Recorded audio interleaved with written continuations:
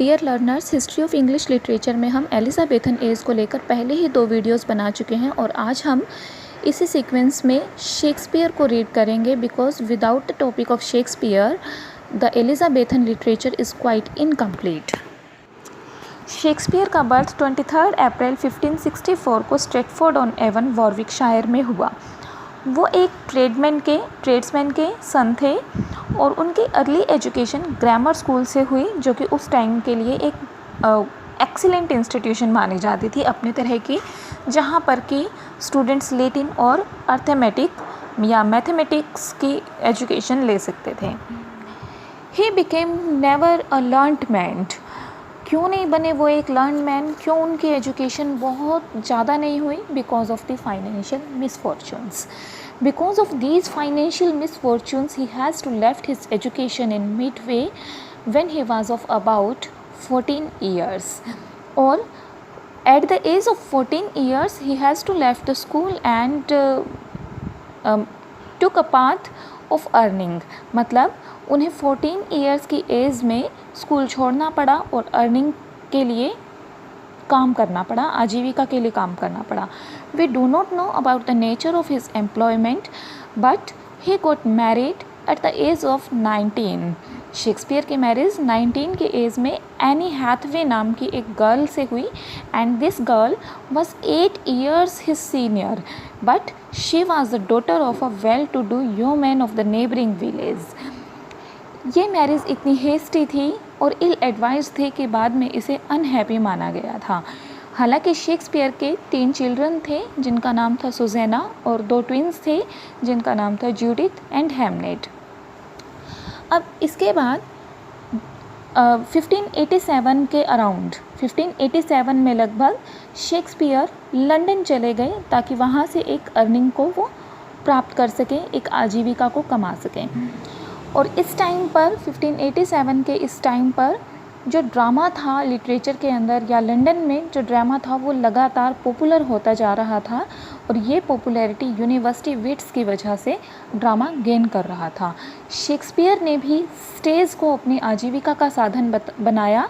उन्होंने पहले एक एक्टर के तौर पर काम करना शुरू किया and soon he turn to be a playwright. जल्दी ही वो एक्टर से एक प्लेराइट बन गए, एक प्ले राइटर बन गए हम कह सकते हैं। एक पैम्फलेट ने उनके लिए एक इल नेचर्ड रेफरेंस भी दिया जो कि रॉबर्ट ग्रीन एक यूनिवर्सिटी विट की तरफ से दिया गया था। ये इल नेचर्ड रेफरेंस 1592 में दिया गया था, जिससे ये शो होता है कि इस टाइम पर शेक्सपियर एक सक्सेसफुल ऑथर बन चुके थे। अब शेक्सपियर ने अपनी जितनी भी राइटिंग की इंस्पिरेशन थी राइटिंग कैरियर के लिए, जो हम कहेंगे प्लेस के लिए या ट्रेजेडी कॉमेडीज़ के लिए जो क्लूज़ थे, जो हम कहेंगे हिंट थी, वो कहाँ से ली? यूनिवर्सिटी विट्स की राइटिंग से ली।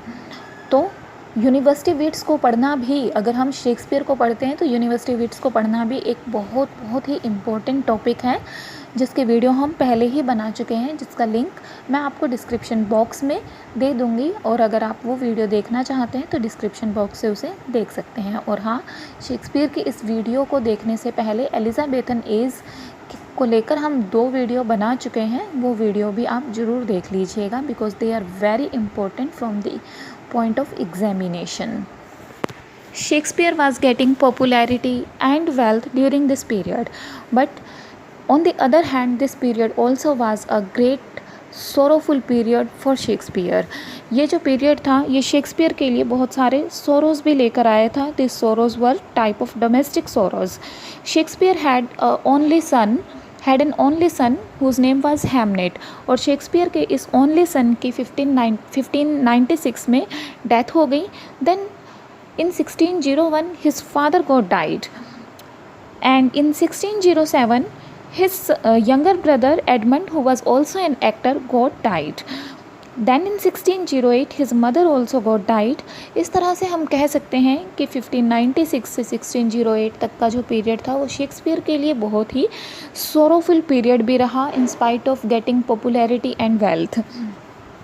इसके बाद 1610 और 12 में वो स्ट्रेटफोर्ड वापस आ गए, जहां उन्होंने एक घर खरीदा। ये इस टाउन का सबसे बड़ा घर था। इस घर को हम न्यू प्लेस के नाम से जानते हैं।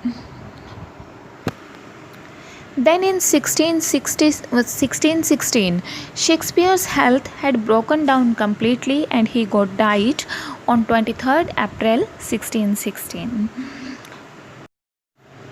तो इस तरह से ये था शेक्सपियर का लाइफ स्पैन। शेक्सपियर की लाइफ में उसने किस तरह से करियर को चूज़ किया, और अब हम पढ़ते हैं शेक्सपियर के वर्क्स के बारे में कि शेक्सपियर ने इंग्लिश लिटरेचर में किस तरह से अपना कंट्रीब्यूशन दिया।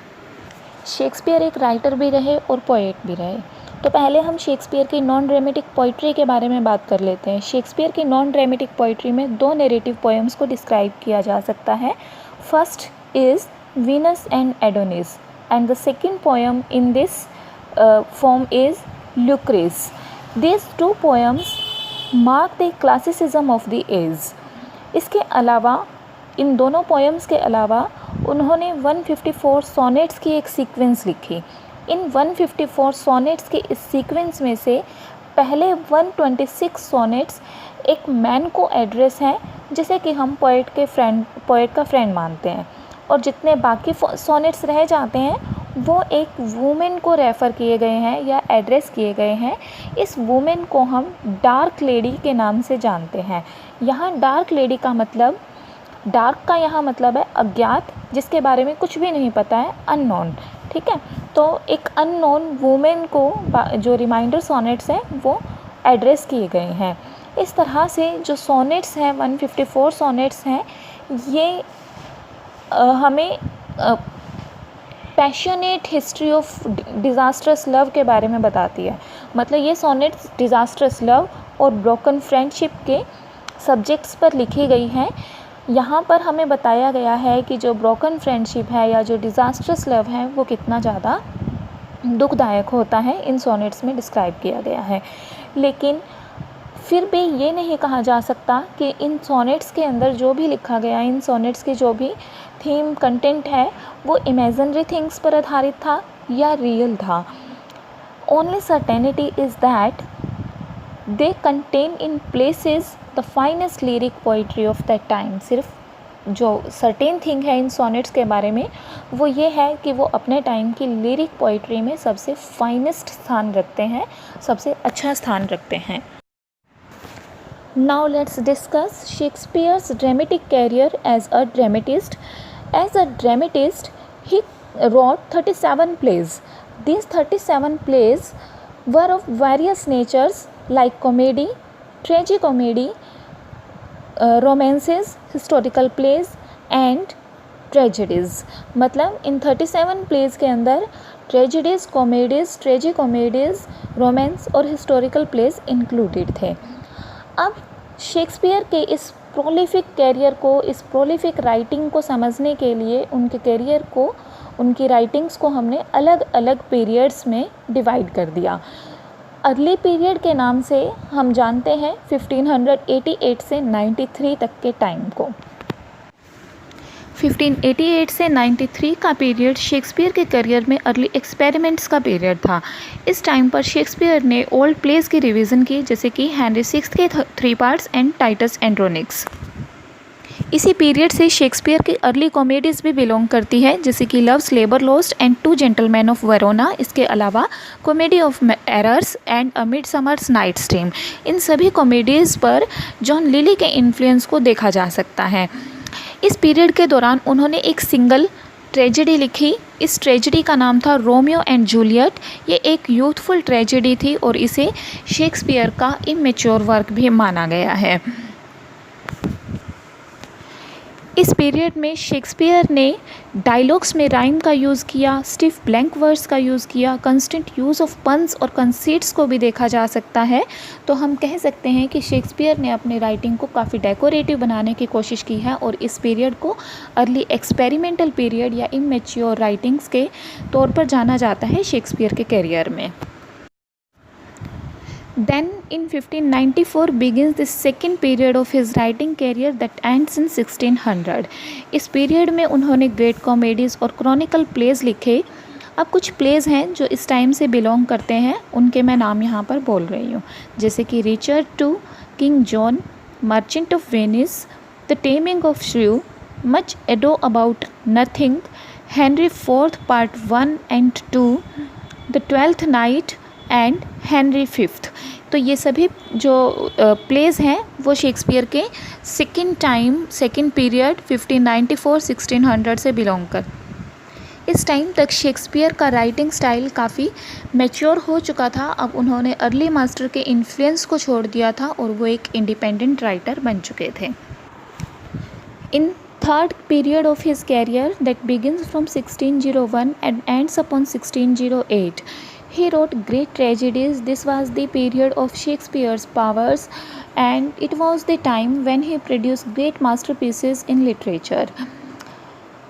During this period, he produced works like Julius Caesar, Hamlet, All's Well That Ends Well, Measure for Measure, Troilus and Cressida, Othello, King Lear, Macbeth, Antony and Cleopatra, Carolinus and Timons of Athens।